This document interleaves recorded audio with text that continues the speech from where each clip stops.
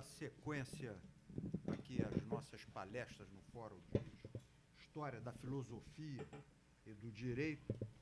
Hoje nós temos duas palestras. A primeira palestra, Influência do Pensamento Aristotélico no Direito Ocidental, que vai ser proferida pelo Dr. Maurício Jorge Pereira Mota. Dr. Maurício é doutor em Direito Civil pela UERJ e ex-diretor da Faculdade de Direito da UERJ. A segunda palestra é Sócrates contra os Sofistas, um paradigma na cultura ocidental. Será proferida pelo Dr. Mário Antônio de Lacerda Guerreiro.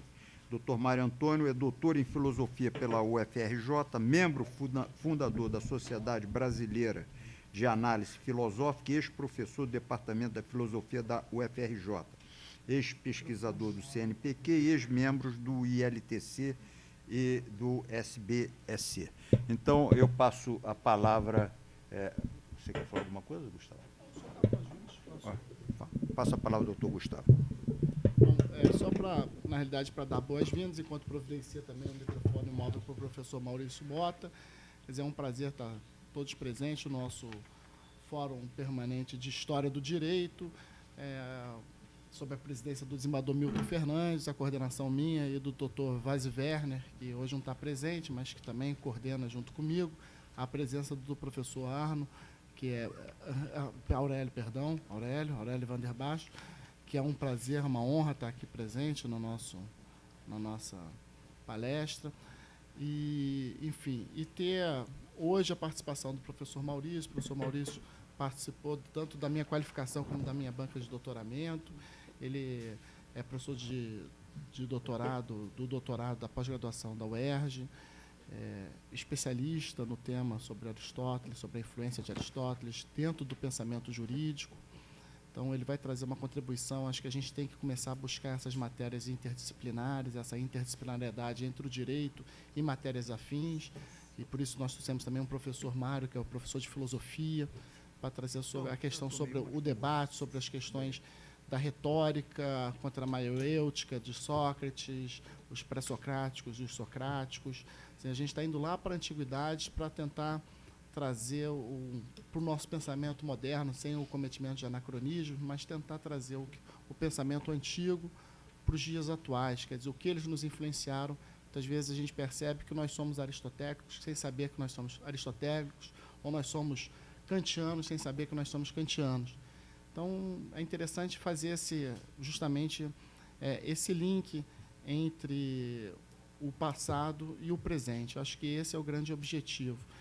Eu, na realidade, no próximo encontro, que vai ser no dia 2 de junho, a gente vai tratar sobre direito romano, que é onde traz esse link, onde se junta esse pensamento filosófico grego e traz para o pensamento ocidental do mundo jurídico. Então, realmente é uma honra estar aqui presente e ter a presença dos senhores. Eu espero que os senhores aproveitem o Fórum de História do Direito e que participem no próximo fórum também, no dia 2 de junho, já marquem na agenda. Depois vamos ter outro em agosto. Depois vamos fazer um curso de extensão em Direito Romano, que vai ser no mês de setembro. Vai ser um curso de extensão de História e Cultura Romana. Vai ser um curso de 20 horas, com certificado. Então, os senhores estão aqui presentes nessa manhã de sexta-feira, têm interesse nesse tema. Então, já estou divulgando. Então, os senhores acompanhem no site da Emerge. Eu vou passar a palavra para o professor Maurício, agradecendo imensamente a presença tanto do professor Maurício como do professor Mário de estar aqui sexta-feira para conversar com os senhores e conosco, passar um pouco do conhecimento. Muito obrigado, professor Maurício.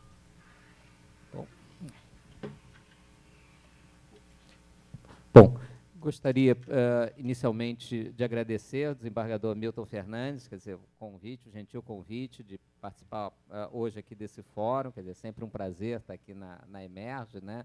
O Gustavo também, agradecer as palavras, é um prazer conviver aqui na Emerge.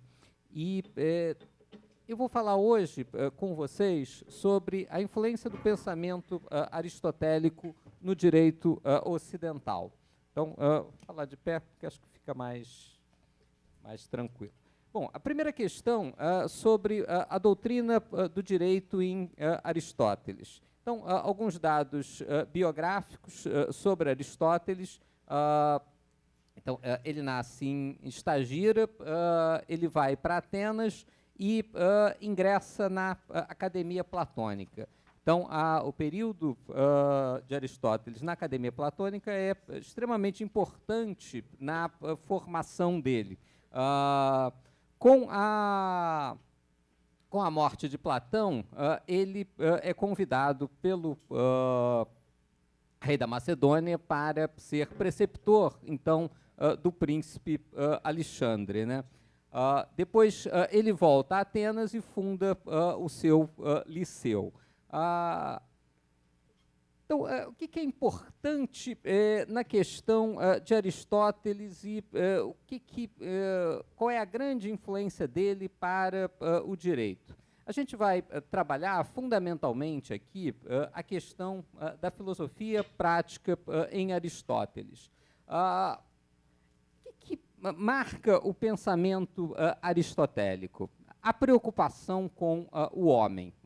Então, a grande mudança do pensamento a partir de Sócrates é exatamente a preocupação com o homem. O homem passa a ser uma referência no pensamento grego, ao contrário do que se tinha anteriormente, em que se buscava aquele princípio que rege todas as coisas, o ar, a água, o pensamento grego anterior vai buscar a origem das coisas. O pensamento, a partir de Sócrates, se preocupa com a questão do homem. E o que é importante dentro dessa noção? Primeiro, a grande divisão entre o pensamento, entre o estudo da ética e o estudo da política. Aristóteles estava preocupado com a questão da vida boa. Aristóteles estava preocupado com os fundamentos para se estabelecer o bom governo da cidade. Aristóteles estava preocupado com o indivíduo, a felicidade dos indivíduos. O que fazer para ter uma vida boa e como essa vida pode ser a melhor vida a ser vivida na polis, na cidade. Então, qual a virtude que faz o bom cidadão e qual a virtude que faz a boa cidade. Ora, então, nesse sentido, há que se separar o âmbito da política do âmbito da ética. Para Aristóteles, a política era a arte essencial de bem governar a cidade. E só pode bem governar a cidade aquele que tem princípios éticos sólidos, aquele que é o de Caios, aquele que é o homem justo, aquele que é o homem equilibrado nas suas próprias coisas. Então, para se tratar do bom político, é primordial, primeiramente, se considerar o homem ético, pois este, sim, estará habilitado a conduzir seus concidadãos a uma vida boa e plena. Ora, então, o que vem a ser a ideia da ética aristotélica? Primeira questão importante é estabelecer que toda e qualquer coisa tem um fim, tem uma finalidade. Então, em Aristóteles, as coisas tendem ao seu fim. Ora, então toda arte, toda indagação, igualmente toda atividade, toda eleição, tem seu fim próprio no bem próprio dessa arte. Ora, então, cada coisa deve ser realizada da melhor forma possível. Há uma noção de bem em cada coisa. A meta de toda conduta é, ao mesmo tempo, o bem próprio desta. Toda conduta humana é orientada a uma finalidade que se constitui o bem almejado. Ora, então, toda e qualquer conduta deve ser realizada para realizar aqueles fins. E os fins dessa coisa se tornam os fins de algo maior, que se torna o fim da cidade, que é a realização do bem. Ora, então, aquilo que existe é aquilo que cada coisa se destina à realização dessa virtude da cidade. Então, toda arte, toda indagação, assim como toda ação e todo propósito, visam a algum bem. Por isso foi dito acertadamente que o bem é aquilo a que todas as coisas visam, Ética Nicômaco. Ora, então, se há um fim em cada coisa, há um fim maior. Há aquilo que Aristóteles vai chamar do sumo bem, a felicidade e a finalidade da vida, que ele vai chamar da eudaimônia. O acordo quanto a este ponto é quase geral. Tanto a maioria dos homens quanto as pessoas mais qualificadas dizem que esse bem supremo é a felicidade e consideram viver bem e ir bem equivalente a ser feliz. Ora, então, se se cada coisa tem um fim, se o fim de cada coisa é o bem que essas coisas almejam, e se essas coisas almejam realizar uma finalidade, que é uma finalidade que é um sumo bem, que é a finalidade suprema, como os homens devem se conduzir em sociedade? As virtudes devem ser ensinadas. Estabelecer o que seja o bom governo de cada coisa ou o bom governo da cidade significa estabelecer que cada homem deve ser virtuoso naquilo que faz. Então, a ética aristotélica é uma ética das virtudes. É preciso ensinar cada pessoa a ser uma pessoa virtuosa. E o que é ser virtuoso? Ora, nós falamos em virtuose, a virtuose de alguém, a virtuose de um violinista, é aquele que supera a sua condição enquanto músico, aquele que faz bem a sua música, aquele que consegue extrair daquele instrumento todas as potencialidades que ele dá. E o homem não é diferente em sociedade. Ele visa extrair, através das virtudes, essa finalidade. Ora, então, a gente tem que discutir esse conceito que é fundamental, que é o conceito de eudemonia, o fim último e bem supremo. Não existe na filosofia aristotélica a ideia de bem supremo, válido por si mesmo. Todo bem está sempre em relação com a aspiração humana, que é variável de homem para homem. Ora, cada circunstância deve ser examinada nas suas peculiaridades. E aí a gente tem que discutir qual é a vida que merece ser vivida. Ora, se as finalidades devem ser a realização dessa vida boa em sociedade, viver bem significa viver em harmonia, quais são as vidas possíveis? Se cada coisa está em relação com a outra, como estabelecer uma vida harmônica em sociedade? E aí ele vai analisar 3 tipos de vida importante na polis. A vida hedonista, a vida política e a vida contemplativa. E aí ele vai falar sobre o prazer. Ainda que às vezes seja bom, o prazer não é nunca o bem mais alto, posto que carece da autossuficiência da eudemonia. A vida de lucro é contrária à natureza, já que os consagrados a ela convertem em alvo de seus trabalhos o que só serve como meio. A ventura do ser deve depender de outra coisa, nunca de algo que é puramente instrumental. Aristóteles vai fazer uma crítica acerba da questão da crematística, da vida pura para o comércio, da vida para amealhar bens. Ele disse, olha, essa não pode ser a vida ideal, porque está se transformando o instrumento naquilo que é a finalidade. Então, a vida puramente de prazeres, a vida puramente de acumulação, não é a vida ideal. A eudemonia é para Aristóteles uma atividade conforme a virtude, mas existem várias virtudes. e a maior deverá cifrar-se na virtude mais nobre, que é o elemento racional de nossa natureza. Para Aristóteles, o sumo bem reside no cultivo da inteligência e coloca sobre todos os outros ideais o da vida contemplativa. Essa é a atividade mais valiosa, posto que a inteligência é o melhor que há em nós e o mais permanente, pois a ela podemos nos dedicar com maior continuidade do que qualquer outra atividade. Ora, então, a vida contemplativa, a vida conforme a inteligência, essa é a vida que merece ser vivida. Então, o virtuoso é o que atinge esse ideal. Então, o virtuoso, em Aristóteles, é poder se dedicar a essa ou a esse elemento fundamental que é a racionalidade.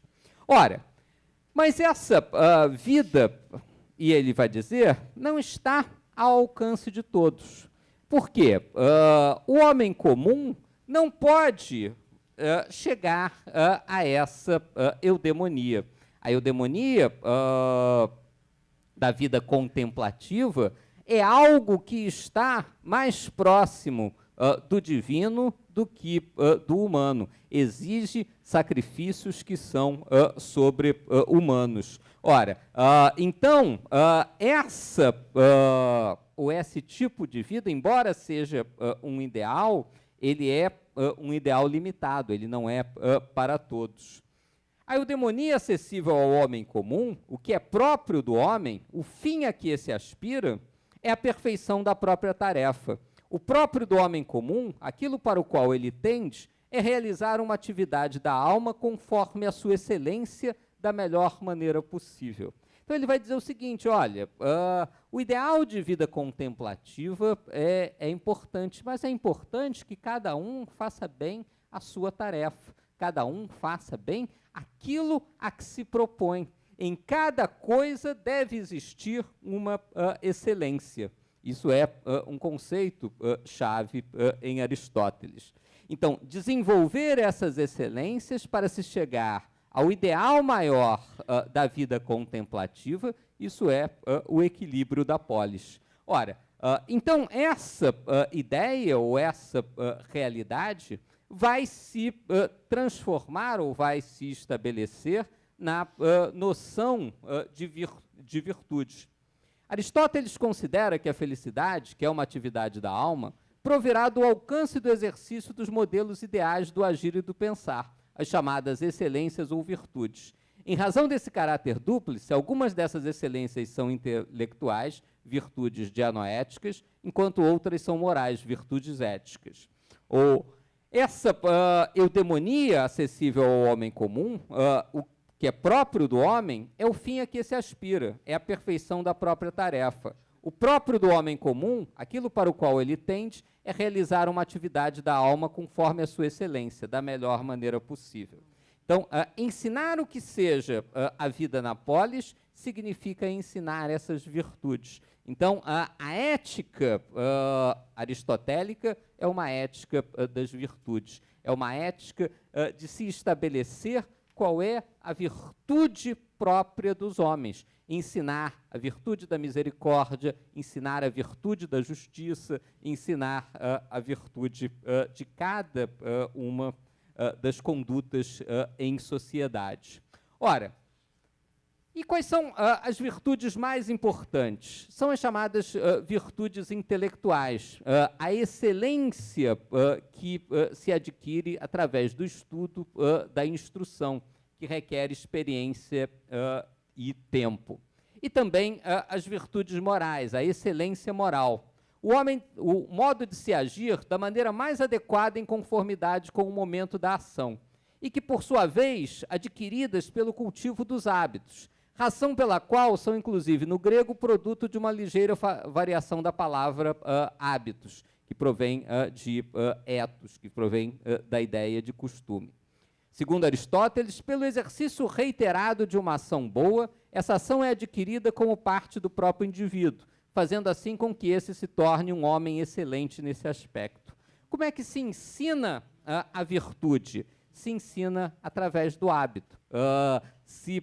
O homem será virtuoso, será um homem justo, se ele praticar ações justas. Então, cada coisa visa a sua excelência, cada homem deve ser o melhor na sua tarefa. Essa tarefa é algo próprio, é algo excelente, é uma virtuose, é uma excelência, e essa excelência pode ser ensinada através do hábito, através da prática desses atos justos. Ora, então os hábitos, e Aristóteles fala na retórica, são igualmente agradáveis porque o habitual é já como que uma segunda natureza.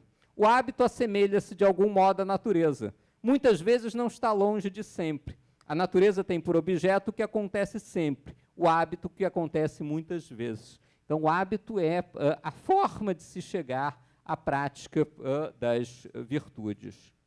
Ora, então, o ser humano, ao se manter em exercício reiterado de uma ação virtuosa, após certo transcurso temporal, virá a ter esse tipo de atitude como parte sua, como modelo de ação próprio daquele que pratica nesse sentido, um hábito que faz desse homem um homem virtuoso que pratica ações virtuosas. Então, a virtude moral faz com que os homens ajam da melhor maneira possível e que se disponham mais completamente para fazer o bem, tanto para fazer-se elementar, se conformar com o agir humano com a reta razão, a disposição racional para se agir conforme aquilo que é virtuoso. Ora, então cada homem deve se dedicar a essa prática, a essa virtude. Então, a virtude do direito e a virtude da justiça é a virtude de se praticar atos justos.